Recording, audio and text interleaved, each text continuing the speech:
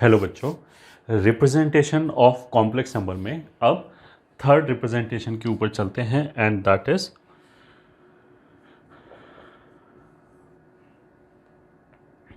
Exponential form.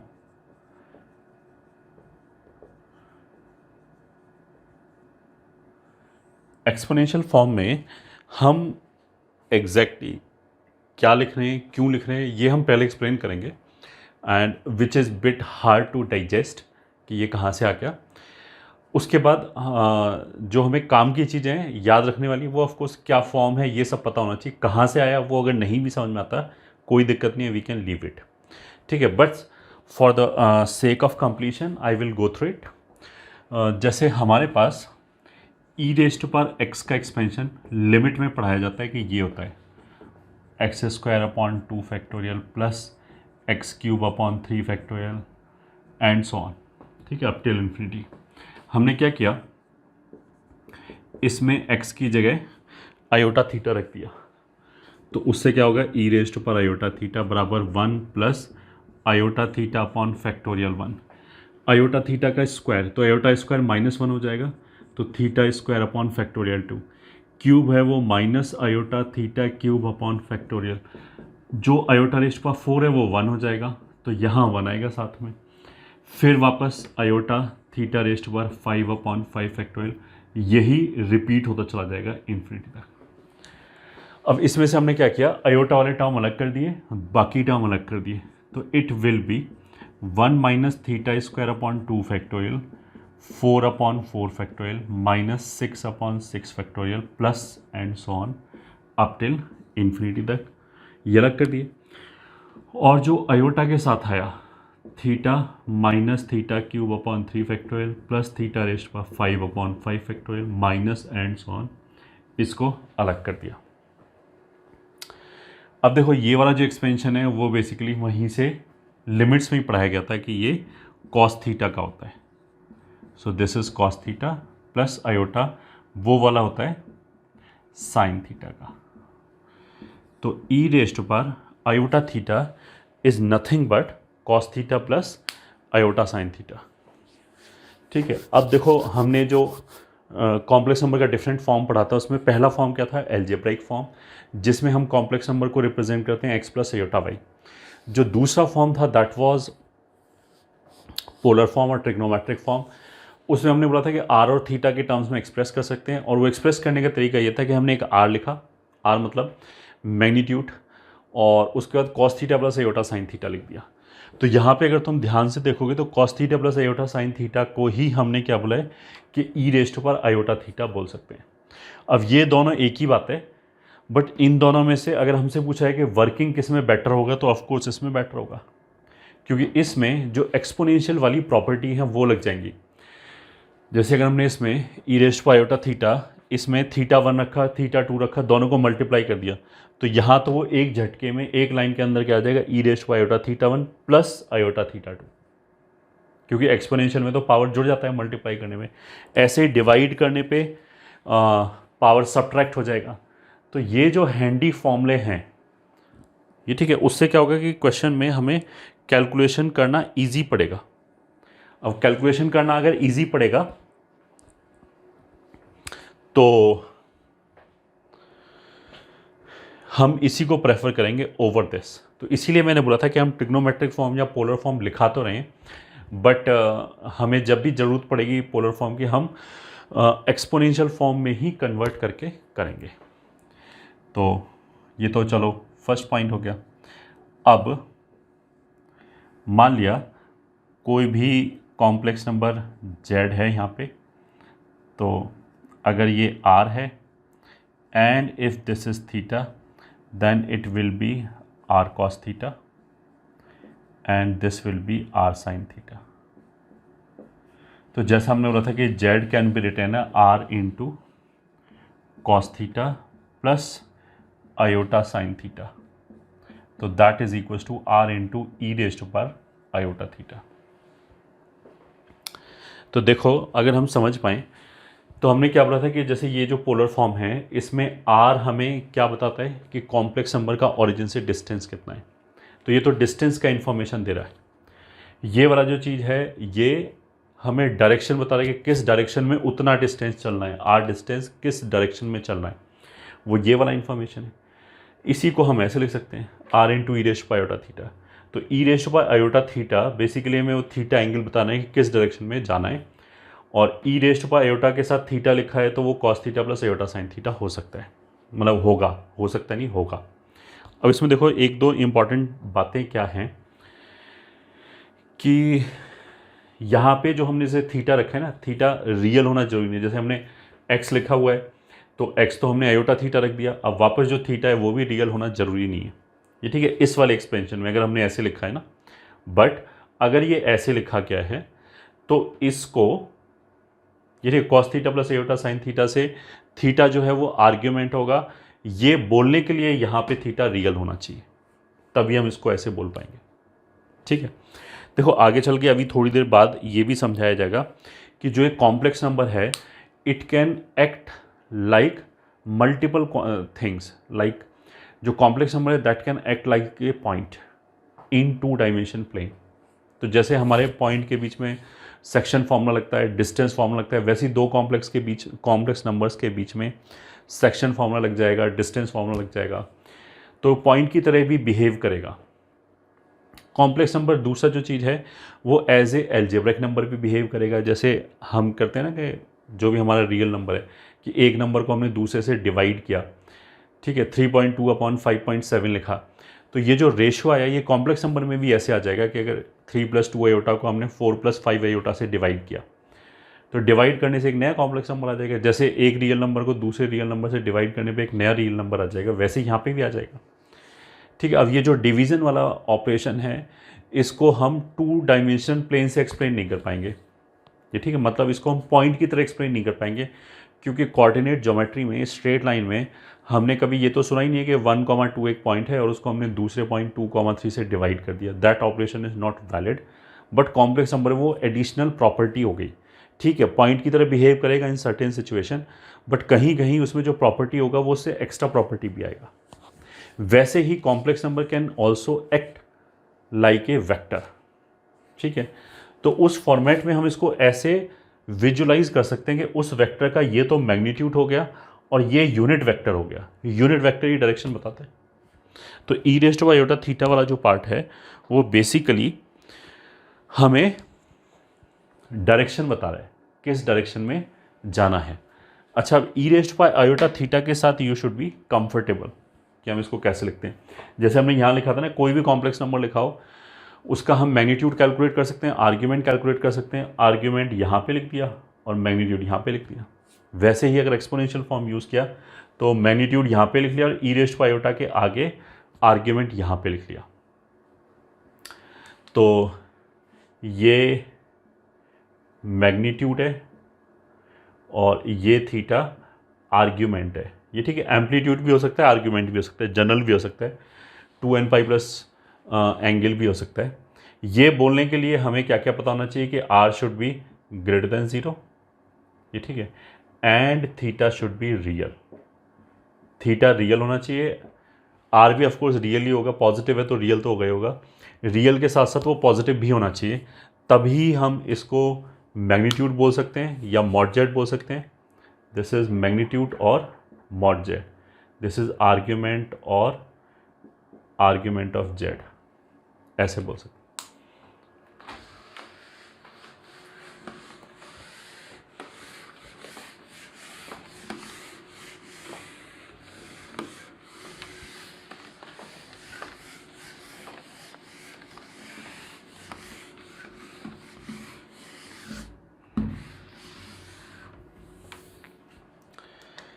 तो for example serial number, और यहाँ चलो लिख लेते हैं complex number in algebraic form.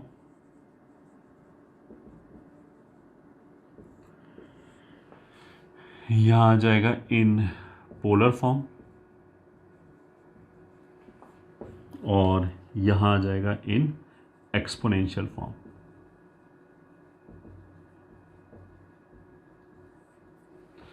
ठीक है, कुछ भी 1,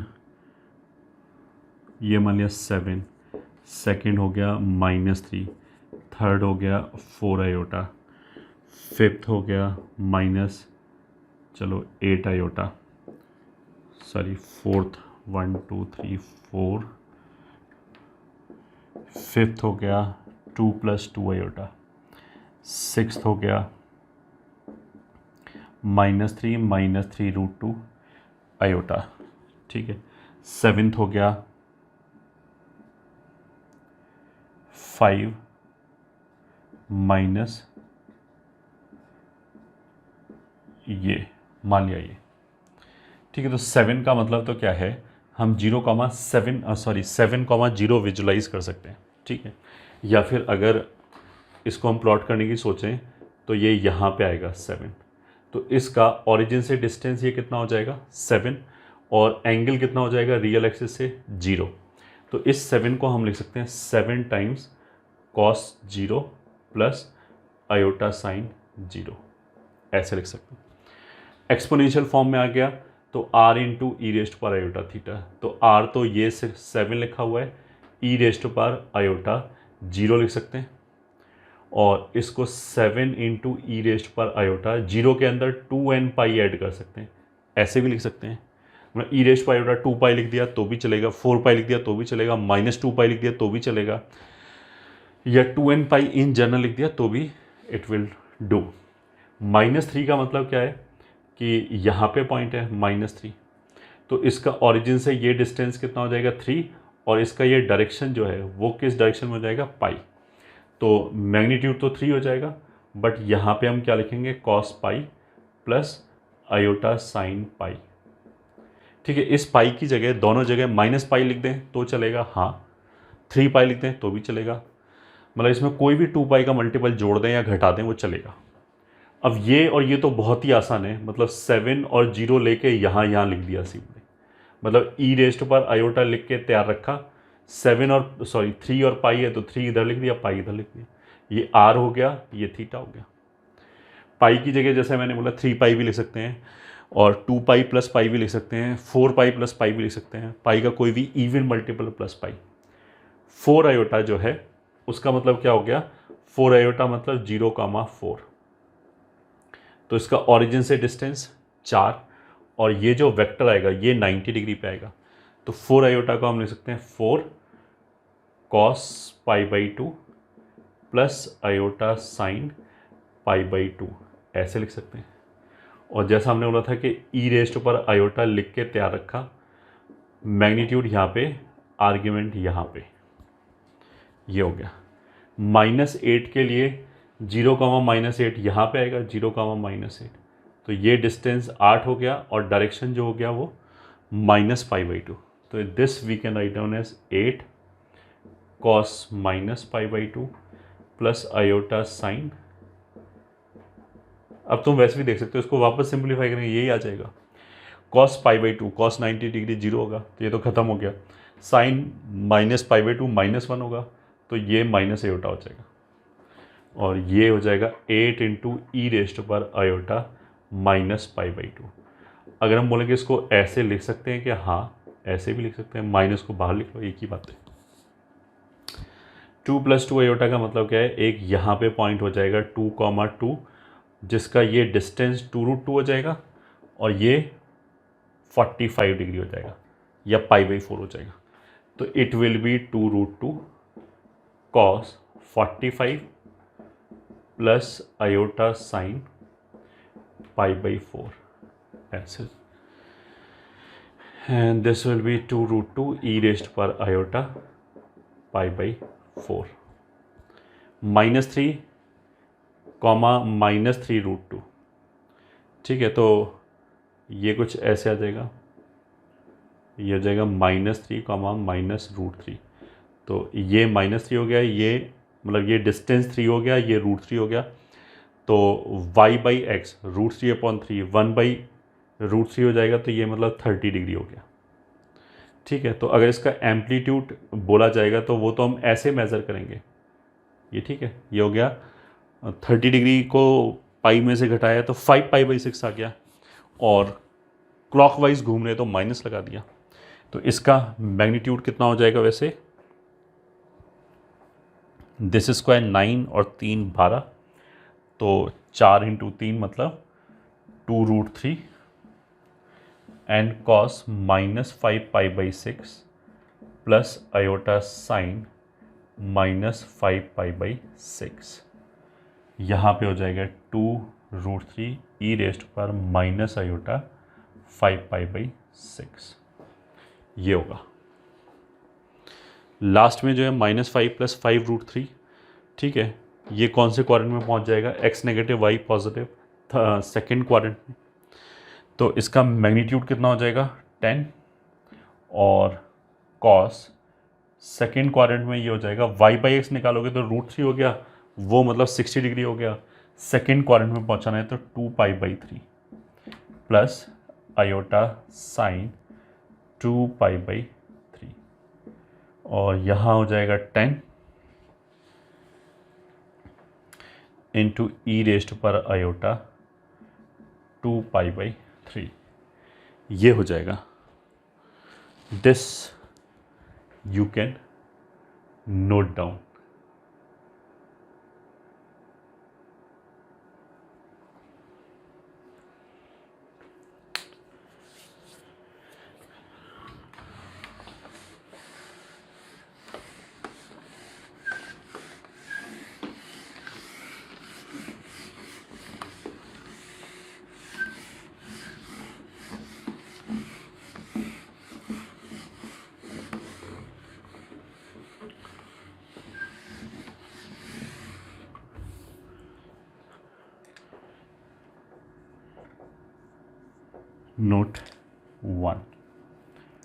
नोट 1 तो ऐसे जैसे 1 है तो उसको ई रेस्ट पर आयोटा 0 लिख सकते हैं, -1 को ई रेस्ट पर आयोटा पाई लिख सकते हैं, आयोटा को ई रेस्ट पर आयोटा π/2 लिख सकते हैं।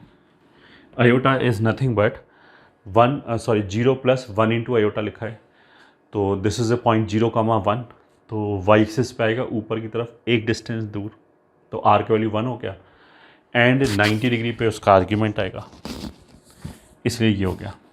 तो ऐसे ही minus iota will be e raised पर माइनस आयोटा π/2, तो ये तो फ्रीक्वेंटली यूज़ होगा इसलिए इसको ऐसे याद रखा।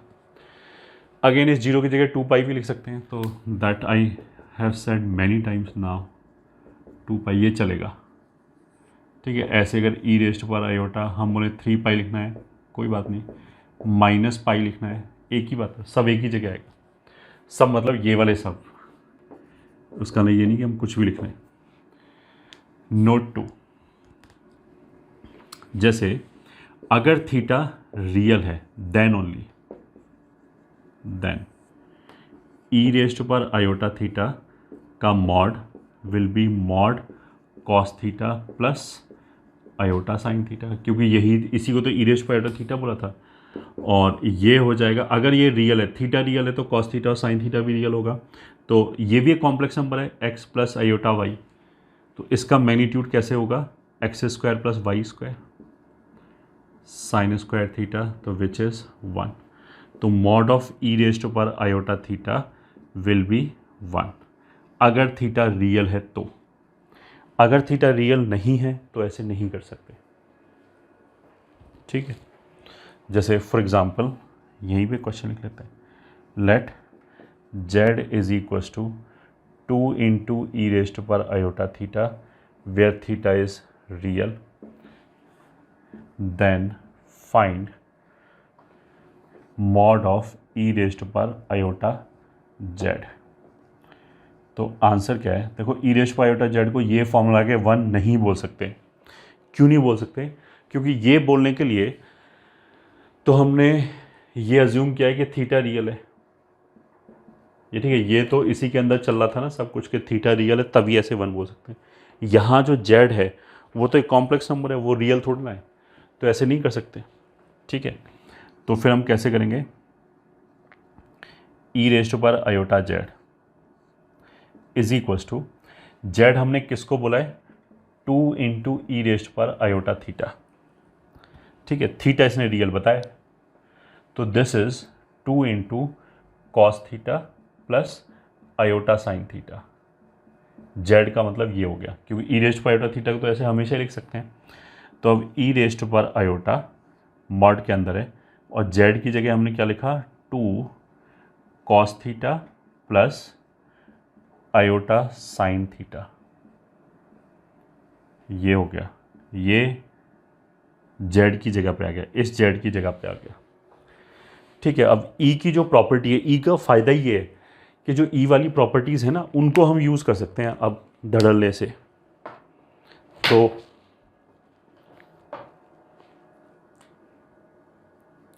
व्हाट वी विल डू यहाँ पे, दिस इज इक्वल्स टू, ये इसको अलग कर दिया, इसको अलग कर दिया, तो मॉड के अंदर आ गया ई रेस्ट पर आयोटा 2 कॉस थीटा, ये तो एक साथ आ गया, इंटू ई रेस्ट पर, देखो iota into iota, iota square -1 होता है, और ये 2, तो -2 साइन थीटा का मॉड, ऐसे आ गया। क्वेश्चन में इसने बोला है कि थीटा रियल है, थीटा रियल है तो 2 साइन थीटा भी रियल है। अगर ये रियल है तो ई रेस्ट पर माइनस ये ई रेस्ट पर एनीथिंग विल बी पॉजिटिव, तो ये एक पॉजिटिव नंबर होगा। अगर ये पॉजिटिव नंबर है तो उसको बाहर निकाल सकते हैं मॉड के, तो इसको हम क्या लिख सकते हैं, ई रेस्ट पर, अगर ये नेगेटिव है तो उससे कोई फर्क नहीं पड़ता, ये तो 1/e हो जाएगा, बट रहेगा तो पॉजिटिव ही। ये ठीक है, ये तो ये हो गया, अंदर हो गया ई रेस्ट पर आयोटा 2 कॉस थीटा, ये हो गया। ठीक है, अब देखो हमने यहाँ पे क्या बोला है कि ई रेस्ट पर आयोटा थीटा 1 होगा अगर थीटा रियल है। तो ई रेस्ट पर आयोटा थीटा की जगह कुछ भी लिखा हो, अगर वो रियल नंबर है, ई रेस्ट पर iota anything which is real, उसका मैग्नीट्यूड 1 होगा, ये पता है। तो अगर थीटा रियल है तो 2 कॉस थीटा रियल है, तो ई रेस्ट पर आयोटा रियल का मॉड 1 होगा, तो ये इसलिए 1 हो गया। तो अल्टीमेटली हमारा आंसर कितना है, ई रेस्ट पर -2 साइन थीटा, यही हमारा आंसर हो गया। ई रेस्ट पर आयोटा जेड का मॉड जो है वो 1 नहीं आया, वो इतना आया।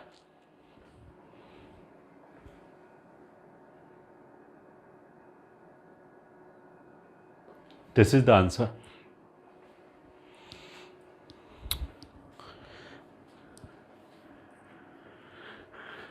ओके, आगे note 3, if theta is real then let z is equals to cos theta plus iota sine theta. ठीक है, अगर थीटा रियल है तो ये रियल पार्ट हो गया, ये इमेजिनरी पार्ट हो गया। अब क्या होगा कि जेड बार कितना होगा, cos theta minus iota sine theta. ठीक है, अब इसको देखो कई तरीके से लिख सकते हैं, कॉस थीटा माइनस ई रेस्ट पर आयोटा थीटा। अब इसको हम ऐसे लिख सकते हैं, ई रेस्ट पर आयोटा थीटा, ये इसको हम ऐसे भी लिख सकते हैं, कॉस के अंदर minus theta plus iota sign minus theta, ऐसे लिख सकते हैं। तो cos minus theta cos theta हो जाएगा, वापस ही आ गया, और माइनस साइन थीटा यहाँ से आ जाएगा।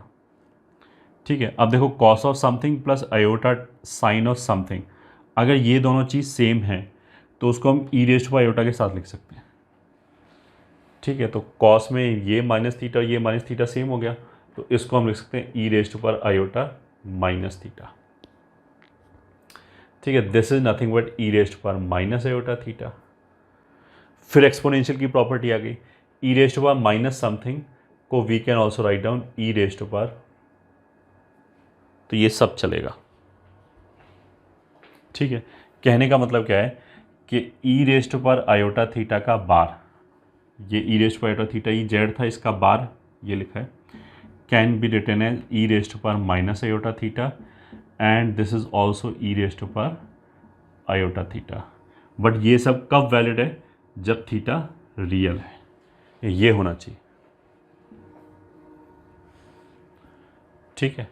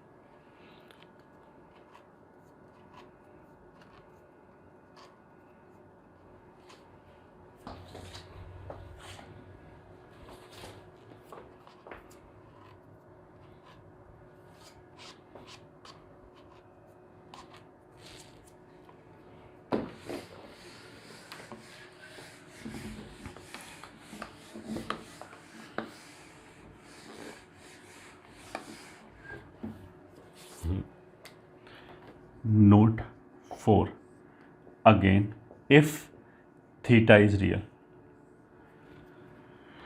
तो ई रेस्ट पर आयोटा थीटा कितना था, cos theta plus iota sine theta ये था। इसका अगर हमने बार ले लिया या थीटा की जगह माइनस थीटा रख दिया तो ये आ जाएगा cos theta minus iota sine theta.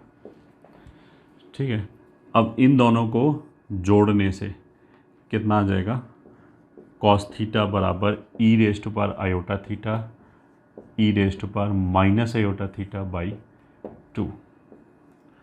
एक ये रिलेशन आ गया, और घटा देने से sine theta will be equals to e raised पर आयोटा थीटा अपॉन 2 नहीं आएगा, यहाँ याद रखेंगे 2 आयोटा आएगा, जब इसको घटाएंगे तो 2 आयोटा साइन थीटा आएगा, तो ये आ गया।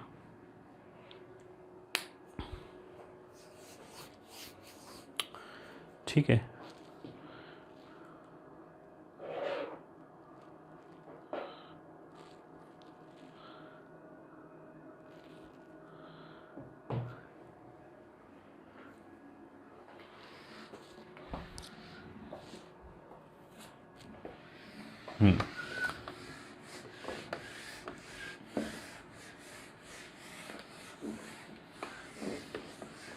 अब आगे चलते हैं। Next topic is algebra of complex numbers. ठीक है, उसमें फर्स्ट पॉइंट इक्वालिटी, मतलब दो कॉम्प्लेक्स नंबर को इक्वल कब बोलेंगे, दो कॉम्प्लेक्स नंबर को इक्वल जब बोलेंगे जब वो बिल्कुल बराबर होगा, मतलब दोनों के रियल पार्ट भी बराबर होने चाहिए एंड इमेजिनरी पार्ट भी बराबर होने चाहिए, तभी उनको इक्वल नंबर बोलेंगे। ठीक है, तो Z1 is equals to Z2, अगर ये कॉम्प्लेक्स नंबर इसके बराबर है तो दैट इम्प्लाइज कि real part of Z1 should be real part of Z2 and imaginary part of Z1 must be equals to imaginary part of Z2। तो अगर दोनों नंबर बराबर हैं तो रियल पार्ट अलग बराबर होने चाहिए, इमेजिनरी पार्ट अलग बराबर होने चाहिए, and vice versa is also true, कि अगर ऐसा है तो ये उल्टा भी सही है। ठीक है, इक्वालिटी तो या क्या, तो question let 3 plus A iota बराबर B plus 5 iota, then A is equals to 5, true और फॉल्स। Answer is false. क्यों? क्योंकि इसने बोला ही नहीं कि ए और बी क्या है। ए को इमेजिनरी पार्ट बोलने के लिए मेरे को ये पता होना चाहिए कि ए रियल है, ऐसे बी को रियल पार्ट बोलने के लिए ये बोला होना चाहिए क्वेश्चन में कि बी रियल है। तो जब तक ए और बी के बारे में कुछ नहीं पता, आगे जब तक उसने ये नहीं लिखा ना where A and B are real number, तब तक ऐसे कंपेयर नहीं कर सकते। अब हो सकता है बी जो है वो 5 + 3 आयोटा हो जाए तो डिस्टर्ब हो जाएगा सब कुछ। False as A comma B may not be real, मतलब रियल हो भी सकता है नहीं भी हो सकता है, तो कुछ कह नहीं सकते, कुछ कह नहीं सकते तो मतलब कंपेयर नहीं कर सकते इन जनरल, बस ये बोला गया है। First, second, order relation. Order relation का मतलब क्या है, कौन छोटा है कौन बड़ा है।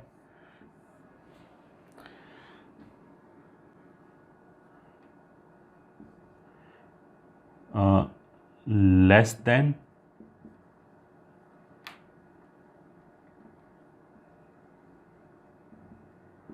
ये ठीक है, और greater than is not defined for non-real complex number। मतलब अगर रियल नंबर है तब तो हमें पता है कि जो भी नंबर लाइन पे जो भी आगे आ गया उसको हमने बड़ा बोल दिया और जो पहले आ गया उसको छोटा बोल दिया। अब अगर हम नॉन रियल कॉम्प्लेक्स नंबर की बात करें तो वो तो उस प्लेन पे कोई एक नंबर आएगा, ठीक है। अब उसमें दो नंबर्स को कैसे दो नंबर को हम कैसे कंपेयर करेंगे, कौन बड़ा है कौन छोटा है, ठीक है, ऐसा कोई कंपैरिजन नहीं है। तो उसका मतलब क्या है कि दो कॉम्प्लेक्स नंबर के बीच में इनइक्वालिटी इज नॉट डिफाइंड, ये ठीक है। दो नॉन रियल कॉम्प्लेक्स नंबर्स के बीच में इनइक्वालिटी इज नॉट डिफाइंड, ठीक है, इनइक्वालिटी इज नॉट डिफाइंड। तो अगर मैं बोलूँ कि 12 + 5 आयोटा और 1 + आयोटा में कौन बड़ा है, तो इस बात का कोई सेंस नहीं बनता, ये ठीक है, इट इज़ नॉट डिफाइंड, बड़ा है छोटा है ये डिफाइन नहीं है। ऐसा बोलने पे कुछ बच्चे क्या सजेस्ट करते हैं कि हम ओरिजिन से डिस्टेंस के हिसाब से बता सकते हैं कि जो ओरिजिन से ज़्यादा दूर है उसको बड़ा बोल दिया, जो ओरिजिन से ज़्यादा पास में है उसको छोटा बोल दिया, ठीक है। अब this is nice idea, but इसमें प्रॉब्लम क्या है, फिर क्या होगा कि अगर मैंने एक पॉइंट लिया 3 + 4 आयोटा और दूसरा पॉइंट लिया 4 + 3 आयोटा, तो दोनों का ओरिजिन से डिस्टेंस तो बराबर आएगा, 3,4 एंड 4,3 का। तो अगर ओरिजिन से डिस्टेंस बराबर है तो हम एक को दूसरे से बड़ा या छोटा नहीं बोल सकते। तो अगर बड़ा या छोटा नहीं बोल सकते तो क्या बोलें, बराबर बोलें। अगर हमने बराबर बोला तो फिर ये वाली डेफिनेशन गड़बड़ा जाएगी। इसने तो बोला है कि दो नंबर जब भी बराबर हो सकते हैं कॉम्प्लेक्स नंबर, जब उनके रियल पार्ट बराबर हों एंड इमेजिनरी पार्ट बराबर हों, इसलिए इनइक्वालिटी डिफाइन ही नहीं है, ठीक है। तो statements like 10 + 5 iota is greater than 2 + iota is not valid, ठीक है, दिस इज नॉट वैलिड, ऐसे नहीं लिख सकते।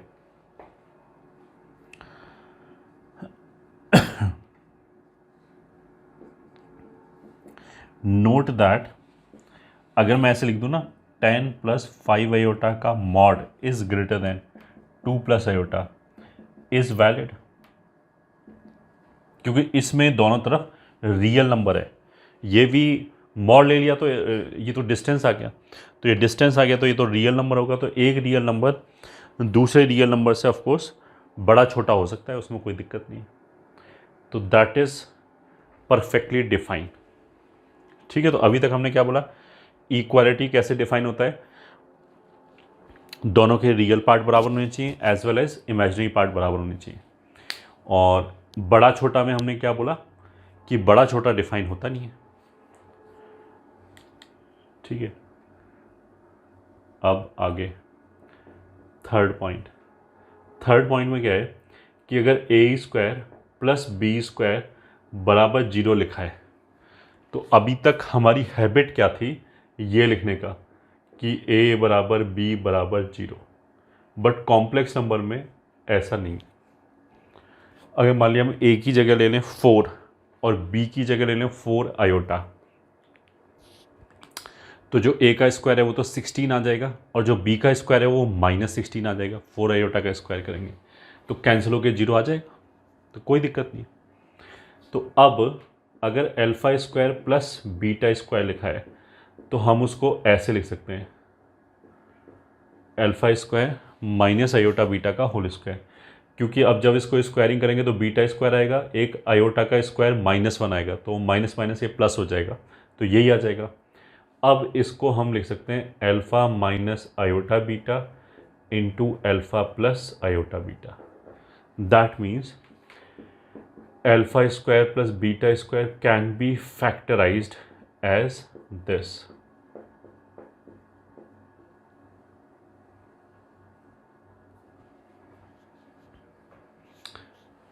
ठीक है। फोर्थ पार्ट,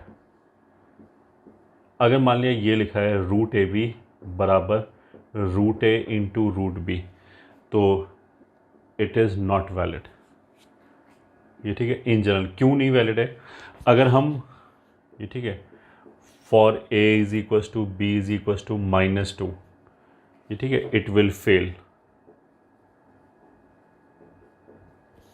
अगर हमने a is equal to B is equal to -2 रखा तो -2 इंटू -2 कितना हो गया 4, उसका स्क्वायर रूट कितना हो गया 2, तो लेफ्ट हैंड साइड से तो you'll gate 2, right hand side से -2 का square root will be √2 iota, फिर दूसरा भी √2 आयोटा। अब √2 आयोटा इंटू √2 आयोटा जो होगा √2 तो मल्टीप्लाई होकर 2 हो जाएगा, बट आयोटा इंटू आयोटा से -1 आएगा तो -2 हो जाएगा, तो ये दोनों अनइक्वल हो जाएगा। एक तरफ से तो 2 आ रहा है, एक तरफ से -2 आ रहा है, इसलिए ये इक्वल नहीं है।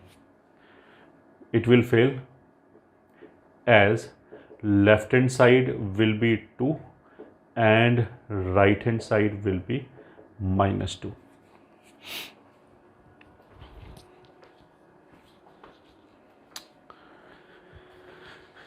ठीक है, तो इसको हम क्या बोलेंगे, √AB is equal to √A into √B, ये ठीक है, will hold if at least one of A, B is non negative.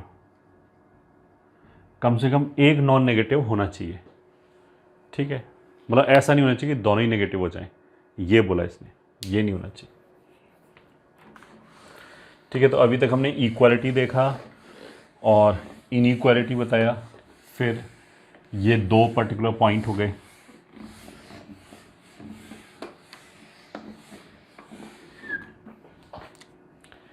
ठीक है, अब आ जाते हैं फिफ्थ पॉइंट पे। फिफ्थ पॉइंट पे क्या है, मान लिया Z1 इज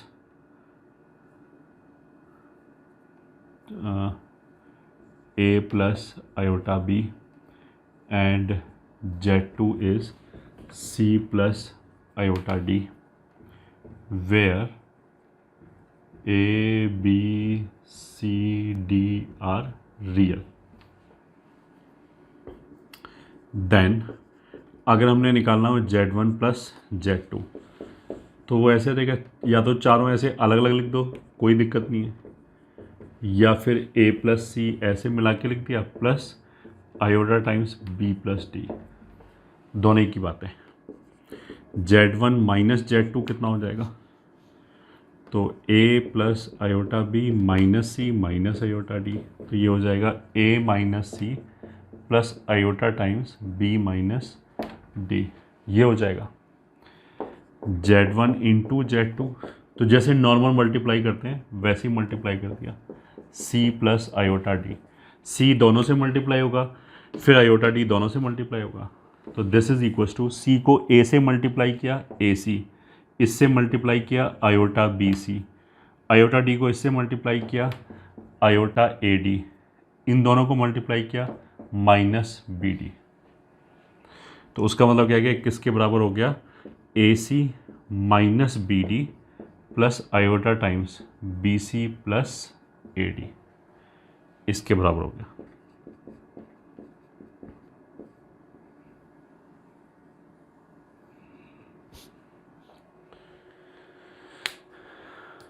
ठीक है, तो ये फर्स्ट, ये सेकंड, थर्ड,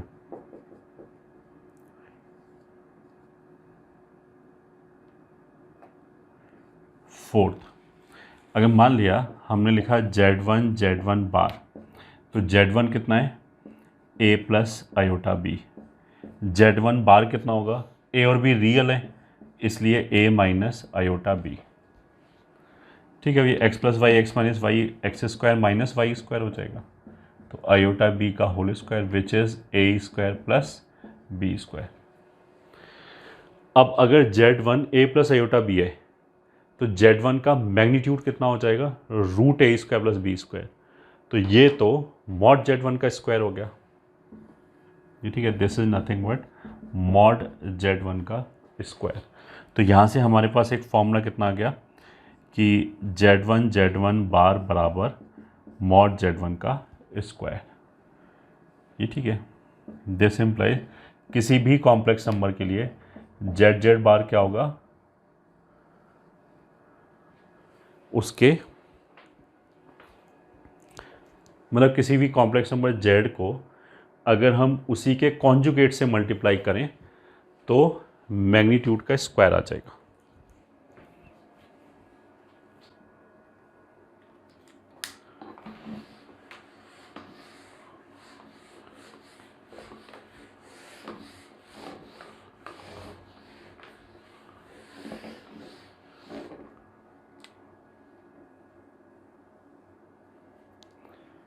ठीक है, फिफ्थ पॉइंट। अब अगर जेड जेड बार मॉड जेड का स्क्वायर है तो ये समझ आता है कि हम 1/z को ऐसे लिख सकते हैं Z bar upon mod Z का स्क्वायर। मतलब क्या है कि अगर डिनोमिनेटर में कोई कॉम्प्लेक्स नंबर लिखा है तो उसको हम बार बना के न्यूमरेटर में ले गए, मॉड के स्क्वायर से डिवाइड कर दिया। मॉड के स्क्वायर से डिवाइड किया है, मॉड से नहीं। जैसे फॉर एग्जांपल अगर मान लिया हमने लिखा 1/3 + 4 आयोटा, तो कैसे सिंप्लीफाई करेंगे? 3 + 4 आयोटा को उसका बार लिखा, नीचे मॉड का स्क्वायर, मॉड नहीं आएगा। 3 + 4 आयोटा का तो मॉड वैसे 5 आएगा, बट नीचे कितना आएगा? 25। ठीक है। दूसरा, लेट 5 - आयोटा अपॉन 3 - 2 आयोटा बराबर a + iota b, where a, b are real, then find a + b। ये क्वेश्चन है। ठीक है, तो सॉल्यूशन लेफ्ट हैंड साइड कितना हो जाएगा? 5 - आयोटा अपॉन 3 - 2 आयोटा। तो डिनोमिनेटर से अगर ऊपर ले जाना है तो उसको हम ऐसे लिखेंगे 5 - आयोटा, और इसका बार बनाया, ये जो ऊपर लिखा है वो तो आ ही गया, जो नीचे लिखा है इसको ऊपर ले जाना चाहते हैं तो 3 - 2 आयोटा का बार, 3 + 2 आयोटा, इसके मॉड का स्क्वायर, तो 9 और 4 13। दिस इज इक्वल टू, अब इन दोनों को मल्टीप्लाई कर लो, ये ठीक है इसकी तरह। या देख लो रियल कैसे आएगा? 5 × 3 15 हो गया, ये रियल आएगा। और इन दोनों को जो मल्टीप्लाई करेंगे 2 आयोटा और माइनस आयोटा को, तो -2 आयोटा स्क्वायर आएगा। -2 आयोटा स्क्वायर, आयोटा स्क्वायर से भी एक माइनस आएगा तो 2 और आ गया, तो यहाँ से प्लस का 2 आ गया, और 5 और 3 से 15 आ गया, तो 15 और 2 कितना हो गया? 17। अब इमेजिनरी पार्ट, इन दोनों को मल्टीप्लाई करेंगे 10i आएगा, -3i, तो प्लस का 7 आयोटा अपॉन 13, तो मतलब ये आ गया 17/13 + 7/13 आयोटा। अब इसने बोला कि a और b का सम क्या होगा? a और b रियल है, a और b रियल है तो a रियल पार्ट हो गया, b इमेजिनरी पार्ट हो गया। तो अब इसको a से इक्वेट कर सकते हैं, तो a कितना हो गया? 17/13, एंड b कितना हो गया? 7/13। दिस इम्प्लाइज a + b कितना हो जाएगा? 17 और 7 24/13। यही आंसर हो गया। तो ये हमारा मैनिपुलेशन हो गया अगर किसी कॉम्प्लेक्स नंबर को डिनोमिनेटर से न्यूमरेटर में ले जाना है तो।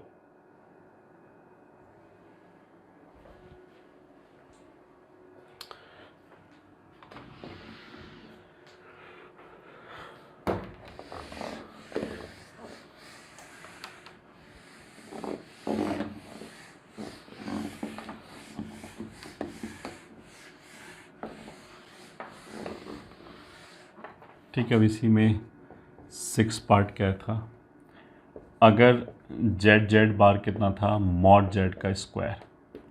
If mod Z is equal to 1, that is, अगर मॉड जेड 1 हो जाए, किसी भी कॉम्प्लेक्स नंबर का मैग्नीट्यूड 1 हो जाए तो उसको हम यूनी मॉड्यूलर बोलते हैं। ये ठीक है, दैट इज जेड इज, ये वर्ड है मैग्नीट्यूड 1 के लिए, यूनी मॉड्यूलर। देन अगर ये 1 हो गया तो जेड जेड बार कितना हो जाएगा? 1। This implies Z bar will be 1/z। तो इसका मतलब क्या है कि अगर यूनिमॉडुलर होगा तो this implies Z and Z bar are reciprocal of each other. ठीक है, Z and Z bar are reciprocal of each other. ये 6th पॉइंट हो गया। अब 7th भी निकाल सकते हैं, Z1 अपॉन Z2। Z1 कितना था, A प्लस आयोटा बी, ये था C प्लस आयोटा डी। ये तो बेसिकली कैलकुलेशन हम यहाँ कर चुके हैं नंबर लेके, तो उसी तरह की कैलकुलेशन है कि C प्लस आयोटा डी को ऊपर ले गए तो ये आ जाएगा A plus iota B into C minus C square minus D square. अब न्यूमरेटर में कितना आएगा, आ जाएगा AC और यहाँ से रियल पार्ट आ जाएगा प्लस BD और डिनोमिनेटर में C square plus D square plus iota times BC minus AD upon C square plus D square. ऐसे लिख सकते हैं।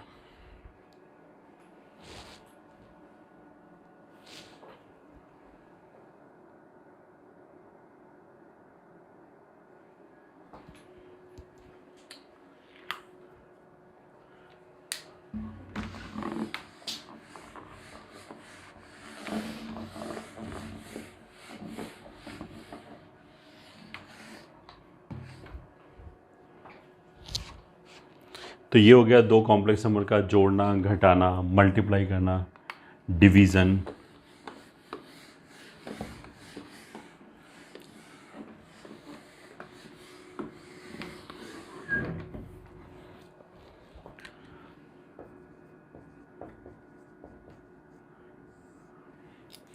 देखो जेड स्क्वायर जो है, जैसे रियल नंबर में होता है कि हम इसको ऐसे भी लिख देते हैं मॉड जेड का स्क्वायर, यहाँ ऐसा नहीं होगा, ऐसा नहीं होगा।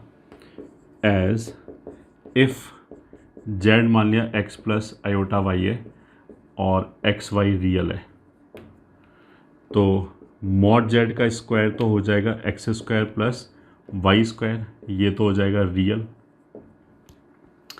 और Z square will be X plus iota Y का होल स्क्वायर, तो एक्स स्क्वायर आयोटा वाई का स्क्वायर, आयोटा स्क्वायर -1 होता है तो minus Y square plus 2 iota X Y, ये हो गया। तो इसमें तो आयोटा एक्स वाई वाला पार्ट भी आ रहा है, तो ये तो इमेजिनरी भी हो सकता है, रियल भी हो सकता है।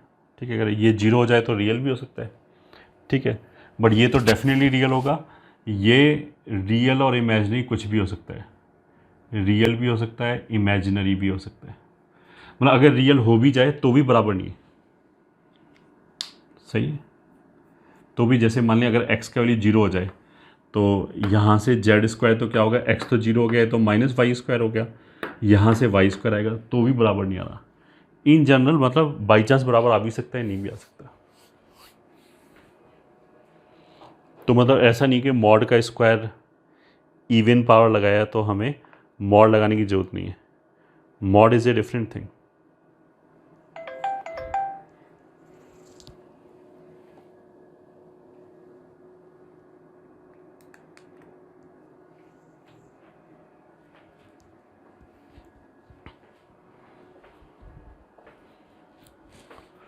ठीक है, और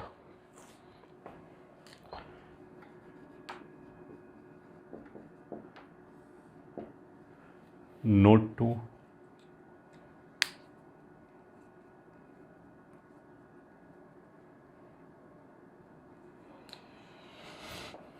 एक देखो हमने एक्सपोनेंशियल फॉर्म में मान लिया e raised pi iota theta 1 plus ऐसे लिखा है। ठीक है, तो इसमें से हम क्या कर सकते हैं, ई रेस्ट पर आयोटा थीटा बाई 2 कॉमन ले लिया, थीटा रियल है तो अगर ये कॉमन ले लिया तो ई रेस्ट पर माइनस आयोटा थीटा बाई 2 हो जाएगा, ये दोनों मल्टीप्लाई करके ये 1 बना देगा, एंड प्लस ई रेस्ट पर आयोटा थीटा बाई 2 हो जाएगा। ये दोनों मल्टीप्लाई होके जब मल्टीप्लाई करेंगे तो पावर जुड़ जाएगा, पावर जुड़ जाएगा तो आयोटा थीटा आ जाएगा। This is equals to e raised पर आयोटा थीटा बाई 2। ठीक है, ये जो है वो हो जाएगा cos theta by 2 minus iota sine theta by 2, क्योंकि एंगल कितना है माइनस थीटा बाई 2 है, तो कॉस के अंदर एंड साइन के अंदर माइनस थीटा बाई 2 लिखा, कॉस के अंदर minus theta by 2 cos theta by 2 हो जाएगा, वो तो ऐसे ही रहा, साइन के अंदर माइनस बाहर आ गया। ऐसे ही इसके लिए अब दूसरे टर्म के लिए हमने क्या लिखा, cos theta by 2 plus iota sine theta by 2। ठीक है, तो इसमें क्या हो गया, ये वाला पार्ट कैंसिल हो गया and what we are left with is this e raised पर आयोटा थीटा बाई 2। तो एक तो ये इंपॉर्टेंट मैनिपुलेशन है और ये फ्रीक्वेंटली आएगा, इसलिए एक तो ये लिख लिया हमने। सही है, अब यहीं से हम क्या कर सकते हैं, थीटा रियल है ये, ठीक है, थीटा रियल है, तो अगर हमने इसमें मॉड लिया तो 1 प्लस ई रेस्ट पर आयोटा थीटा का mod will be mod 2 cos theta by 2 into e raised पर आयोटा थीटा बाई 2।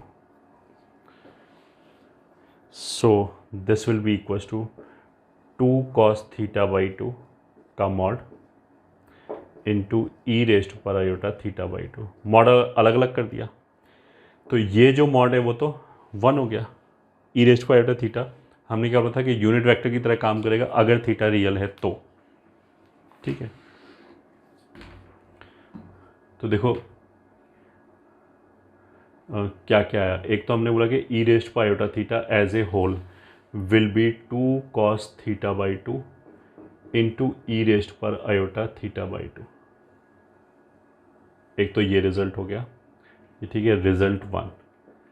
एक रिजल्ट 2 इसी में से क्या आ जाएगा, 1 प्लस ई रेस्ट पर आयोटा थीटा का mod will be equals to 2 mod cos theta by 2। ठीक है, अब देखो इसी में अगर हम थीटा की जगह थीटा प्लस पाई रख दें तो बेसिकली क्या है कि वो पाई की वजह से ई रेस्ट पायोटा पाई होगा, ई रेस्ट पायोटा पाई -1 होता है, तो बीच में माइनस आ जाएगा, या फिर इसी की तरह पूरा डिराइव कर सकते हैं। ठीक है, तो अगर मान लिया 1 माइनस ई रेस्ट पर आयोटा थीटा है, तो हमने ई रेस्ट पर आयोटा थीटा बाई 2 माइनस के साथ कॉमन निकाल लिया, तो ई रेस्ट पर iota theta by 2 minus E raised पर माइनस आयोटा थीटा बाई 2, ये हो गया, this is minus E raised पर आयोटा थीटा बाई 2।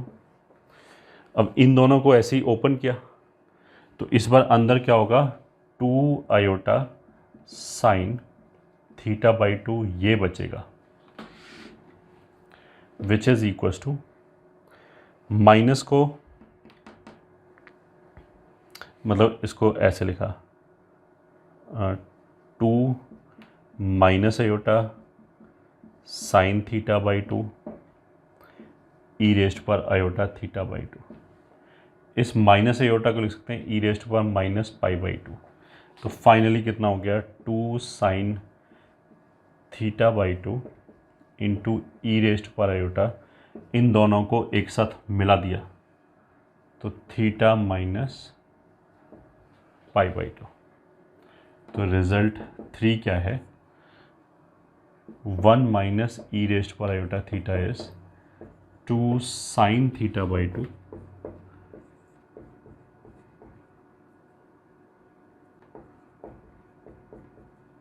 ये, और यहीं से क्या आ जाएगा, इसका magnitude will be 2 mod sine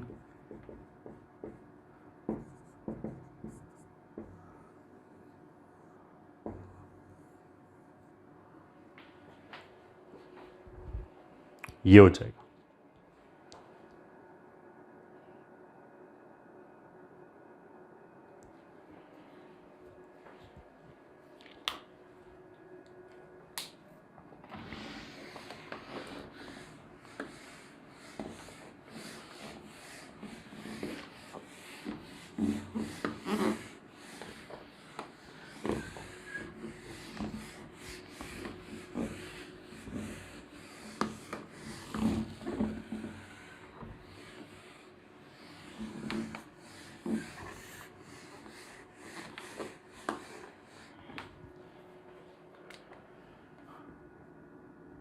note 3। देखो अभी हमने ऐसे बोला था कि अगर a square plus b square zero के बराबर है तो दैट डज नॉट मीन कि either a is equal to zero और b is equal to zero, दोनों में से कम एक को जीरो होना पड़ेगा, ऐसा ज़रूरी नहीं है। वो फैक्टराइज हो जाएगा ए प्लस एयोटा बी इंटू ए माइनस एयोटा बी, ठीक है, ये तो चलो ठीक है, but that does not mean कि कॉम्प्लेक्स नंबर में कुछ भी पॉसिबल है, ये ठीक है, इसका मतलब ये भी नहीं है। मतलब अगर दो कॉम्प्लेक्स नंबर का प्रोडक्ट लिखा है जीरो के बराबर तो ऐसा पॉसिबल नहीं है कि Z1 भी जीरो ना हो एंड Z2 भी जीरो ना हो, दोनों नॉन जीरो को मल्टीप्लाई करके जीरो आ जाए, ऐसा कॉम्प्लेक्स नंबर में नहीं होगा। मतलब ऐसा नहीं है कि कुछ भी हो जाएगा, ठीक है। This does imply Z1 is equal to zero और Z2 is equal to zero, मतलब इन दोनों में से एक को जीरो होना पड़ेगा। ऐसे ही मान लिया अगर लिखा है Z1 अपॉन Z2 बराबर जीरो तो दिस नेसेसरली मीन्स कि Z1 को ही जीरो होना पड़ेगा, सही है। अगर ऐसे लिखा है 1 अपॉन Z1 बराबर जीरो तो दिस इम्प्लाइज नॉट पॉसिबल, ये ठीक है। अब ये 1 जीरो हो ही नहीं सकता, तो इसको ऊपर ले भी जाओ तो भी वो नहीं हो सकता जीरो, क्योंकि ऊपर ले जाते समय हमें बोलना पड़ेगा कि Z1 is not equal to zero, ठीक है।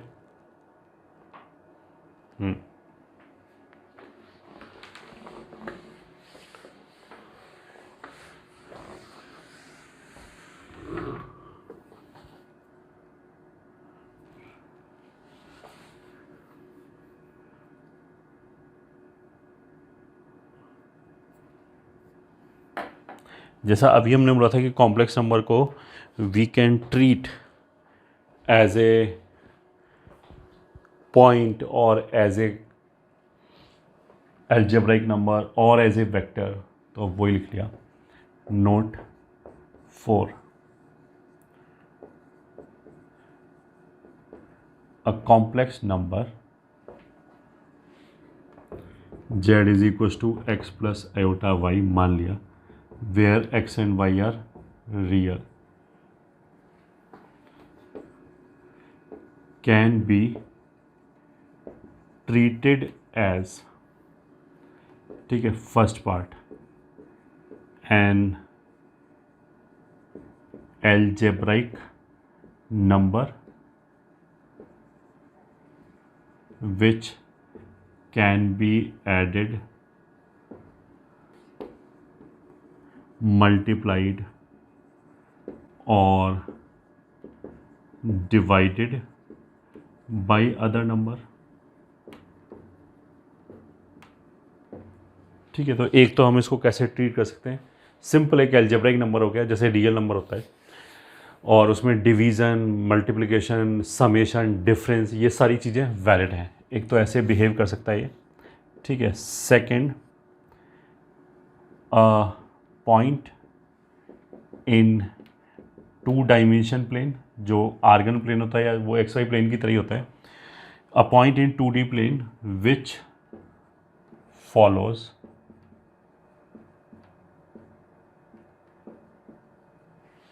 रूल्स लाइक सेक्शन फॉर्मूला, ये ठीक है, या फिर distance formula,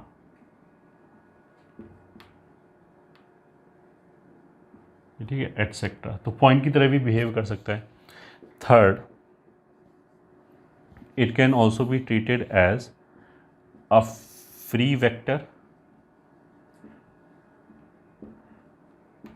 which has certain direction and length, जो मैग्नीट्यूड है वो वेक्टर का लेंथ हो गया और एक डायरेक्शन एसोसिएट हो गया, तो मतलब एक 2 डायमेंशनल वेक्टर हो गया। वैसे जो हम वेक्टर पढ़ते हैं आई जे के में 3 डायमेंशन का हो गया, बट वेक्टर तो एक्स वाई प्लेन में भी हो सकता है, तो ये वही हो गया, 2 डायमेंशनल वेक्टर हो गया, ये ठीक है। और position vector of the point x, y, तो अगर हमने x प्लस एयोटा वाई लिख दिया तो it can also be treated as position vector of the point x, y, ये ठीक है। And of course and it will follow rules of vector sum etc. ये ठीक है, वेक्टर की तरह इसको जोड़ सकते हैं, जैसे दो वेक्टरों को जोड़ते हैं, वो सब रूल फॉलो करेगा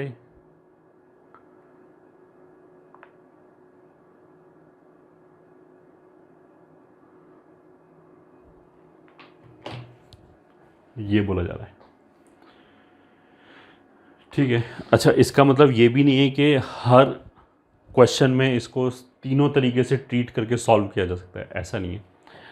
अब बेसिकली कॉम्प्लेक्स नंबर को कुछ कुछ बच्चों को बहुत टफ लगता है, उसका एक रीज़न ये भी है कि किसी क्वेश्चन में तो हम उसे वेक्टर की तरह सॉल्व कर देंगे, किसी क्वेश्चन में उसके पॉइंट की तरह सॉल्व कर देंगे, किसी क्वेश्चन में हम वेक्टर पॉइंट का नाम ही नहीं लेंगे, सीधा एक्स जेड बराबर एक्स प्लस एटा वही रखा, दोनों तरफ जैसे अलजेब्रा में करते हैं, लीनियर अलजेब्रा में कि दोनों तरफ इक्वेशंस बराबर किया, रियल पार्ट और इमेजिनरी पार्ट इक्वेशंस बनाई, इनको सॉल्व किया, फिर आंसर आ गया। ठीक है, तो बेसिकली ये जब तुम प्रैक्टिस करोगे then you will be knowing कि कब कैसे ट्रीट करना है। ये ठीक है, अगर हमारे पास उसका ज्योमेट्रिकल एक्सप्लेनेशन निकल आए तो हो सकता है हम उसको कोऑर्डिनेट ज्योमेट्री में कन्वर्ट करके क्वेश्चन करें, जल्दी सॉल्व हो जाए। ये ठीक है, या हो सकता है कि मैनी टाइम्स वेक्टर की तरह ट्रीट करके उसको सॉल्व करें तो हो सकता है जल्दी सॉल्व हो जाए। ये ठीक है, दीज थिंग्स आर पॉसिबल। तो अगर खूब सारा प्रैक्टिस करोगे तो फिर क्या होगा कि हमें क्वेश्चन देखते ही काफ़ी टाइम समझ में आ जाएगा कि इसको किस तरीके से ट्रीट करें, कैसे प्रोसीड करें, तो सोल्यूशन हमें जल्दी मिल जाएगा। तो उसके लिए खूब प्रैक्टिस करना पड़ेगा। अब क्वेश्चन में अगर उसने सर्किल बोल रखा हो, लाइन बोल रखा हो, ये सब बोल रखा हो तो बढ़िया है, फिर तो हमें पता है कि वो कोऑर्डिनेट की तरह सॉल्व करने पे शायद जल्दी हो जाएगा आंसर, वहाँ से एक्सप्लेनेशन जल्दी आ जाएगा।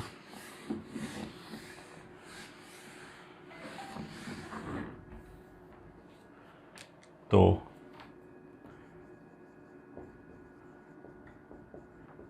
complex number as a point in 2D plane। ठीक है, फर्स्ट मान लिया A B C are denoted by Z1 Z2 Z3 respectively।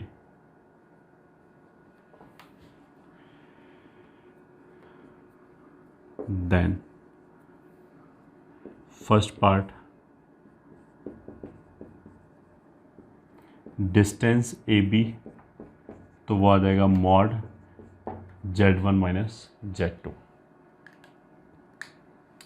ठीक है, वो तो सिंपली जैसे होता है ना, x1 माइनस x2 मतलब real part of Z1 minus real part of Z2 का होल स्क्वायर, ये कुछ भी नहीं, x1 माइनस x2 लिखा हुआ है। ठीक है, प्लस y1 माइनस y2, तो imaginary part of Z1 minus imaginary part of Z2 का होल स्क्वायर, ये हो गया। ठीक है, सेकंड पॉइंट, अगर मान लिया एक लाइन है जिस पे ये A है, ये B है, और इस पे एक पॉइंट P है जो इसको लैम्डा इज टू म्यू की रेशो में डिवाइड करे, then complex number associated with P, मतलब ZP will be, section formula लगा दिया, लैम्डा इधर मल्टीप्लाई होगा लैम्डा Z1, म्यू इधर मल्टीप्लाई होगा plus mu Z2 upon lambda plus mu, ये हो गया। ठीक है,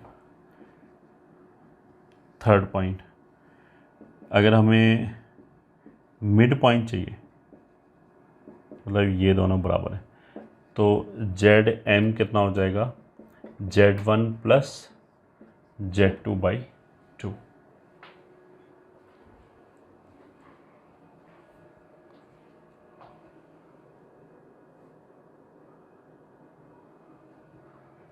ठीक है।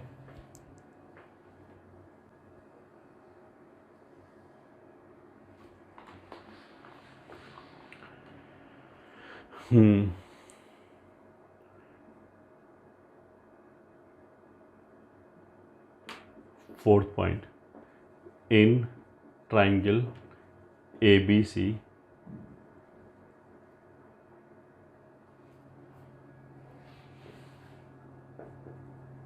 Complex number associated with centroid. अब ये वो वाले फॉर्मूले हो गए जो हम ऑलरेडी कहाँ पे पढ़ चुके हैं, स्ट्रेट लाइन में पढ़ चुके हैं। ये ठीक है, sigma AX1 upon sigma A, या जैसे सेंट्रॉइड का फॉर्मूला सिग्मा x1/3 होता है, वेक्टर में पढ़ चुके हैं। ये ठीक है, अब वही चीज़ कॉम्प्लेक्स नंबर एग्जैक्टली सेम चीज़ पढ़ी जा रही। तो सेंट्रॉइड के करस्पॉन्डिंग मान लिया ZG है, तो वो कितना हो जाएगा, Z1 plus Z2 plus Z3/3। Straight line में कोऑर्डिनेट्स कितना होता है, x1 plus x2 plus x3/3 comma y1 plus y2 plus y3/3। बस इसने क्या किया, x और y को मिला के, x और y दोनों इसी के अंदर है क्योंकि z हम होता है ना x प्लस एटा y, तो इसके अंदर x भी हो गया y भी हो गया, तो उसी को लिखने का एक कॉम्पैक्ट तरीका हो गया। अब अगर ऑर्थो सेंटर होगा, ठीक है, तो वो हो जाएगा ZH, that will be sigma tan A Z1, मतलब वेक्टर में यहाँ वेक्टर लिखते थे, बस वेक्टर हटा के Z1 लिख दिया, सिग्मा tan A। ठीक है, ये हो गया ऑर्थो सेंटर। इन सेंटर में साइड लेंथ आता है, तो incentre ZI will be sigma A Z1 upon sigma A, ये हो गया। ठीक है, और क्या बचा, सरकम सेंटर। ये ठीक है, ZO बोल दिया, तो उसमें साइन 2A आता है, तो sigma sine 2A Z1 upon sigma sine 2A। मतलब ये ऐसे लिखा है, sine 2A Z1 plus sine 2B Z2 plus sine 2C Z3, ऐसे लिखा हुआ है। और नीचे लिखा है sine 2A plus sine 2B plus sine 2C। अब जैसे इन सेंटर आ रहा है वैसे ही एक्स सेंटर्स आ जाएंगे। ठीक है, एक्स सेंटर्स में मान लिया हमें I2 चाहिए, ठीक है, I1 I2 I3 तीन आएगा, तो I2 चाहिए, तो I2 में क्या होगा, B के साथ माइनस ले लिया, बाकी वैसे रहेगा, यही वाला फॉर्मूला है, बस I2 वाले केस में B के साथ माइनस B ले लिया, तो जो I1 होगा, मतलब ये बेसिकली ZI2 हो गया। तो ऐसे ही अगर ZI1 होगा तो उसमें A के साथ माइनस ले लिया, बाकी प्लस प्लस।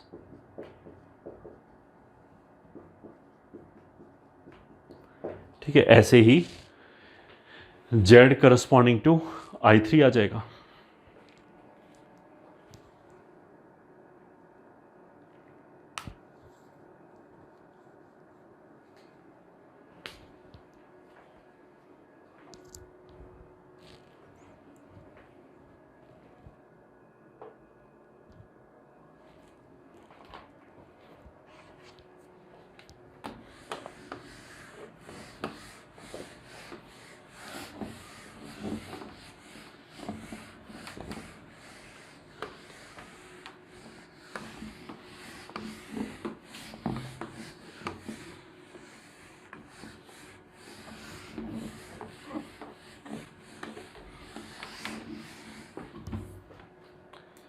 ठीक है, एक आध क्वेश्चन देख लिया छोटा मोटा। Question 1, let ABCD is a parallelogram and complex number corresponding to A, B, C are Z1, Z2, Z3, then find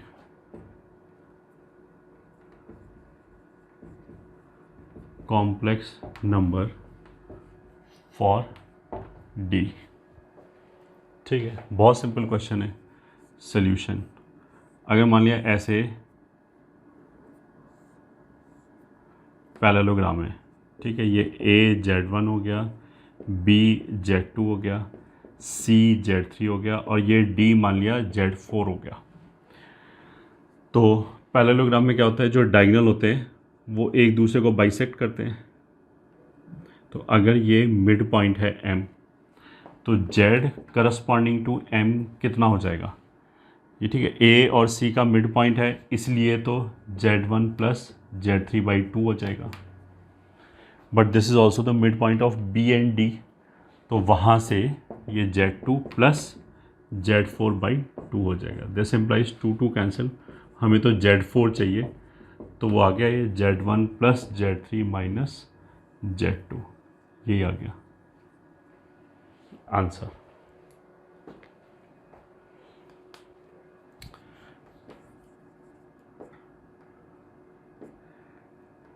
ठीक है, question 2, if points ABC are denoted by Z1, Z2, Z3 in complex plane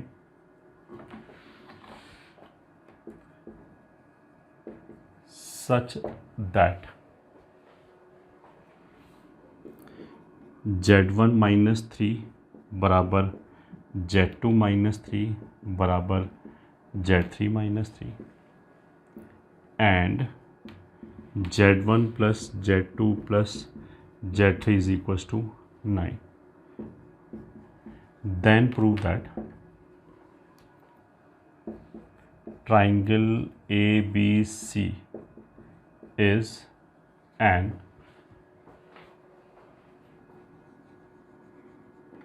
equilateral triangle।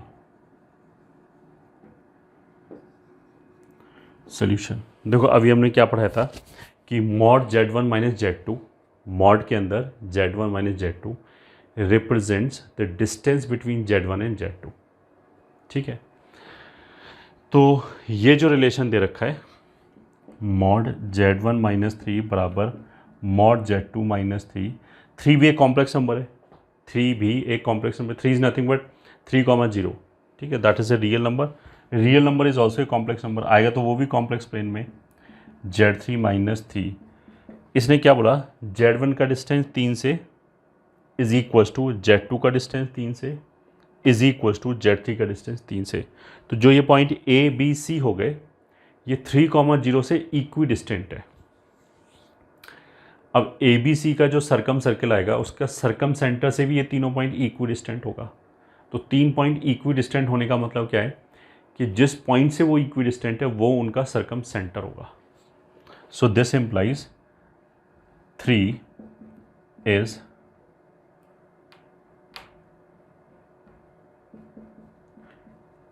circumcenter of triangle ABC, ठीक है। Now Z1 plus Z2 plus Z3 बराबर 9 को हम ऐसे लिख सकते हैं, Z1 plus Z2 plus Z3/3 इधर भेज दिया बराबर 3।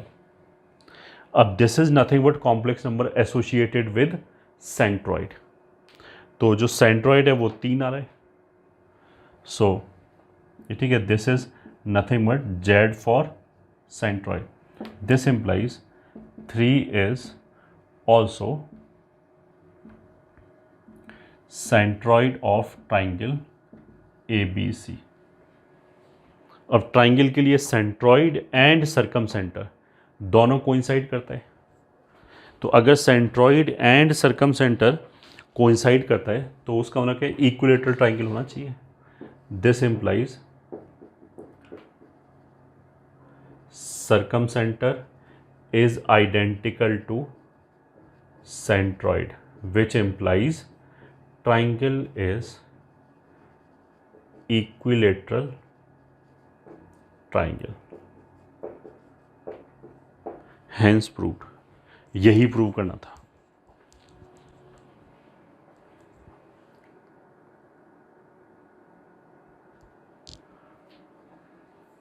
ठीक है।